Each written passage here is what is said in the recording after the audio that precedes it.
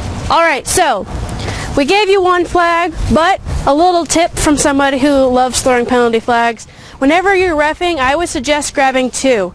Because what if you throw that flag guarding penalty and then you have an unsportsmanlike? What are you going to throw?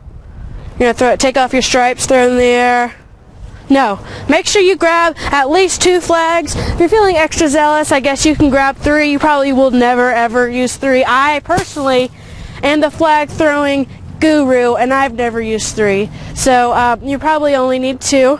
Alright. So, like we talked about in the classroom, we have three types of penalty flag throwing. So the first one are for fields penalties. That is all the dead ball penalties that happen. So like false start, illegal snap. What do we call those? Anyone? The blow and throw. So I'm literally going to go throw it straight in the air. Okay? So, I'm not going to have you guys blow your whistles because I know half you guys don't have them. But I want you guys to literally throw the flag in the air. See how that thing flies? So, for these blow and throws, what you want to do, you want to try to keep it as close to the sideline as possible. Because what if you throw that flag nice and high, nice and obnoxious, and you hit a receiver? They're going to be mad. That is just angering a bull. You do not want to do that. So try to keep it nice and close to you. Don't make it obnoxious. Throw the penalty flag and then go communicate to the ref, the team, whoever you need to communicate to what the penalty is. Alright, what's the second type? Our mishaps. So those are the simultaneous with the snap. We have our illegal motions, illegal shifts, illegal substitution. What did you say? The throw and go. So I'm literally, the ball's going to be snapped, I'm going to throw it in the air, and I'm going to walk away. And I'm going to keep refereeing. Okay? So I want you guys to do that. I want you to throw and go. And walk away. Except you guys are going to need to continue officiating, so still like look at the field. Okay? So you're going to throw the flag up, and you're going to move on. I would say pretend like the foul never happened, but you do need to remember what happened so you can communicate it to the teams. But you're going to not let that affect your officiating whatsoever. You may have some people, once they see you throw the flag, they may kind of stop playing. Just because they kind of stop playing doesn't mean you need to stop officiating. You need to stop officiating until the ball is dead. Okay? And even still after that, because you might have some unsportsmanlikes. Alright. Then we have our live ball penalties. And that is when you want to try to hit the spot of the foul as best you can. But that does not mean that if Frank over here flag guards, I'm going to throw it at him. I am not going to do that. If I'm running up and down the sideline and I am in line with him and I see he flag guards over there, I'm going to drop the flag lined up where he did. Because again, if I throw that flag at his feet, is that going to piss him off? Yeah. So don't put gas on the fire.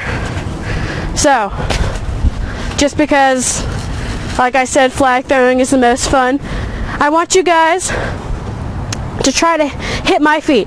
I know I said not to do it in the game, but let's just have some target practice. So those are pretty good. I'm liking it. This also makes cleaning up a little bit easier. Alright, cool. So, you guys are all obviously pretty good. If you guys don't mind putting those back in the bag. They don't need them anymore. Okay, so, live ball, same thing. You're going to throw those penalties and you're going to keep officiating. Because you might have 2, you might have 3, you might even have a dead ball penalty later. Just because you throw a penalty flag does not mean you quit officiating. Does not mean, oh, I got my token penalty for the day, I'm done. No, you need to keep officiating at that point. Okay. Once you have the penalty, if you are the ref, obviously you don't necessarily need to communicate it to yourself. But what are the 4 W's I told you need to know? What the foul is, right? Who it's on, meaning what? Offense or defense. Where it occurred. So where on the field. And when it occurred, right? So was it before the ball was snapped? Was it after? Was it before, after, change of possession?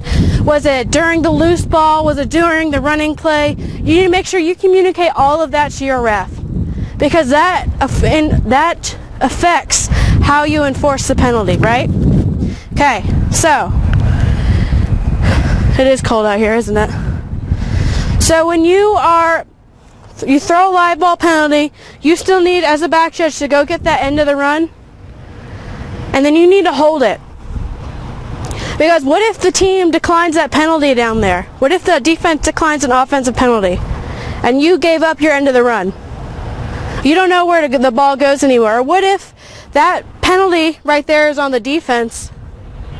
Then you're gonna enforce the penalty from the end of the run, right? So if we have a defensive holding right there, and then the offense is deflagged right here, you're gonna hold your spot as the back judge, and that means that the ref might have to run to you. Another thing you can do, we also give you guys bean bags. I don't know if they're in the bag. Those are those little blue things at the bottom. You can bean bag your spot. I don't recommend that, because what happens if you bean bag a spot and you walk away and have your back to the players? They can move it, right? So only use that if you absolutely have to. Maybe you have multiple penalties. Maybe you have an unsportsmanlike type of situation that you need to leave your spot. You can use a bean bag, but I prefer that you hold that spot and communicate it to your ref. So after you do the 4 W's, we're going to go through Saga. So myself as a ref, I'm going to come up to the line of scrimmage and I'm going to say, all right, offense, do you accept that penalty? Yes. Okay. I'm going to march back 5 yards, and then I'm going to announce pass interference on the defense, 5-yard penalty, repeat, first down. So that is Saga. So the first one I did was a silent signal. Then I asked you guys if you want to accept it. I gave the yardage, and then I finally announced everything and what's the next play.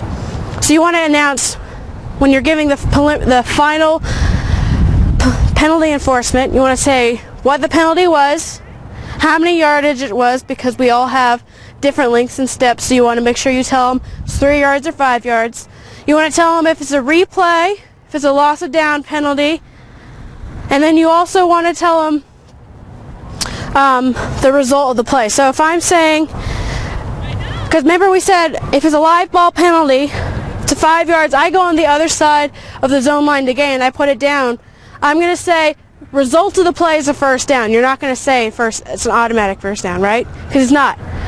So if your penalty results in a first down, I want you to come up and say result of the play is a first down. Did you guys get that? Okay.